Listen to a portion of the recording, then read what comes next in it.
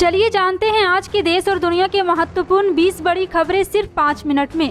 पर अभी तक आपने इस वीडियो को लाइक नहीं किए हैं तो लाइक कर लीजिए, चैनल पे नए हैं तो चैनल को सब्सक्राइब कर लीजिए। तो चलिए वीडियो को स्टार्ट करते हैं। इस राज शहर से न्यूज़ को देख रहे हैं, कमेंट में जरूर लिखिए। बता दें, अगर पश्चिम बंगाल में सत्तासीन तृणमूल कांग्रेस से भी ज्यादा परेशानी में कोई सियासी संगठन है तो वह है नई विपक्षी पार्टी भारतीय जनता पार्टी।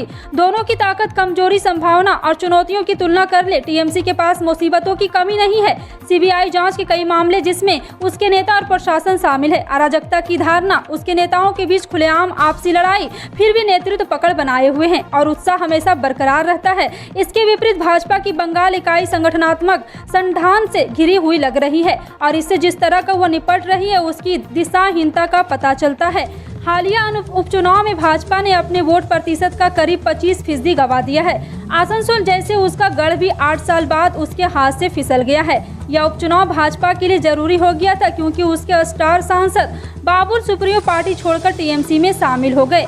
असल में यह छोटा सा झटका है। एक अन्य सांसद के भाजपा को छोड़कर जाने की अफवाह है और कम से कम 7 विधायक पहले ही जा चुके हैं। मार्च में नगर निकाय चुनाव में पार्टी के हाथ खाली रहे। ये सभी गहन संगठनात्मक परेशानी ऊपरी लक्षण है। जी हां, आपको बता दें कि इस तरह से अंदरूनी झगड़े के साथ शीर्ष स्तर पर भी व्यापक असंतोष है, जिससे साफ कहा जा सकता है कि पश्चिम बंगाल से भाजपा का पूरी तरह से सुपड़ा साफ होने वाला है।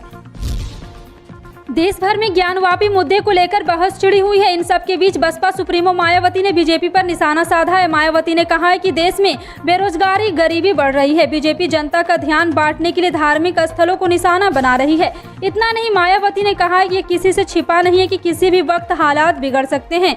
मायावती ने कहा है कि देश में निरंतर महंगाई बढ़ रही है, बेरोजगारी बढ़ रही है, इससे जनता त्रस्त है। लेकिन जनता का ध्यान बांटने के लिए बीजेपी और उसके सहयोगी संगठन लगातार धार्मिक स्थलों को निशाना बना रहे हैं। उत्तर भारत के कई राज्यों में पिछले काफी दिनों से भीषण गर्मी पड़ रही है। अधिकतम तापमान 45 डिग्री सेल्सियस से अधिक दर्ज किया जा रहा है। उधर मौसम विभाग ने आज के लिए कुछ राज्यों में हीटवेव चलने की चेतावनी जारी की है। मध्य प्रदेश, बिहार, झारखंड के कुछ इलाकों में हीटवेव की स्थिति बन रख सकती है।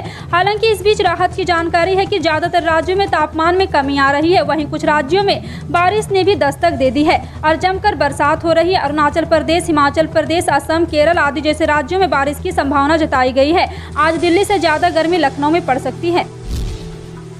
राजस्थान में सत्तारूढ़ कांग्रेस के जयपुर स्थित प्रदेश कार्यालय में जन सुनवाई सोमवार यानी कि 23 मई से एक बार फिर शुरू होगी। पार्टी के एक प्रवक्ता ने बुधवार को बताया कि पहले की तरह हर सप्ताह 3 दिन प्रदेश कार्यालय में सुनवाई होगी। इसके तहत 23 मई को वन एवं पर्यावरण मंत्री हेमाराम चौधरी तथा अल्पसंख्यक मामले के मंत्री साले मोहम्मद सुबह 11 से 2 बजे तक जन सुनवाई करेंगे। उल्लेखनीय है कि कांग्रेस संगठन की पिछले साल 30 नवंबर को हुई उच्च स्तरीय बैठक में फैसला लिया गया था कि पार्टी राज्य कार्यालय में हर सप्ताह 3 दिन जन सुनवाई होगी, जहाँ 2 मंत्री जनता की समस्या को सुनेंगे।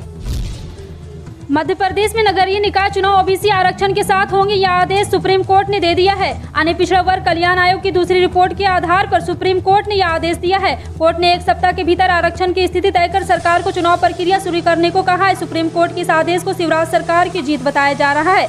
भाजपा ने इसकी अपनी जीत बताई है तो कांग्रेस ने कहा है कि यह कोई नई बात नहीं है, बल्कि अदालत ने पुराने 14% आरक्षण को रखा है। मध्य प्रदेश में नगरीय निकाय चुनाव में ओबीसी आरक्षण को लेकर सुप्रीम कोर्ट ने अपना फैसला सुना दिया है।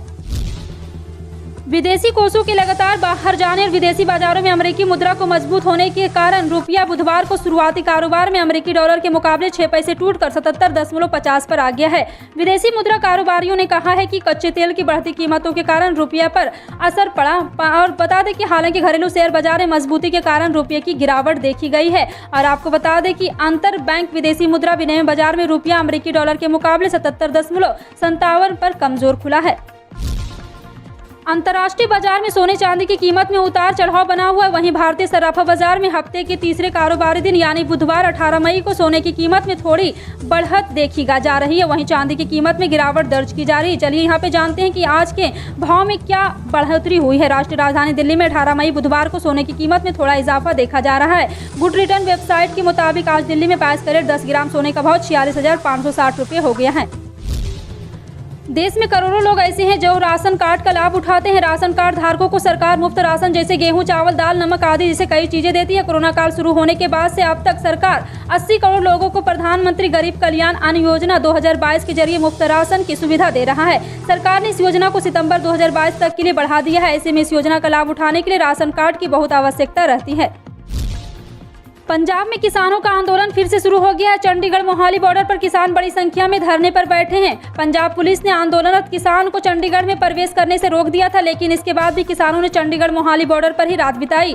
आज प्रदर्शनकारी चंडीगढ़ को और कुछ करेंगे। उन्हें रोकने के लिए भारी संख्या में पुलिस के जवान मौजूद है। रास्ते को सील कर दिया गया है। वाटर कैनन के साथ साथ एंटी राइड स्क्वाड को सड़कों पर उतार दिया गया है। दूसरी ओर पंजाब के मुख्यमंत्री भगवंत मान ने किसानों के आंदोलन को अनुचित और अवांछनीय करार दिया। आपका इन सभी खबरों पर क्या कहना है, कमेंट सेक्शन में टाइप करके जरूर बताएं। पल पल की अपडेट जानने के लिए जुड़े रहें आप अपने हेडलाइंस न्यूज के साथ। मिलते हैं अगली बड़ी खबर में, तब तक के लिए जय हिंद।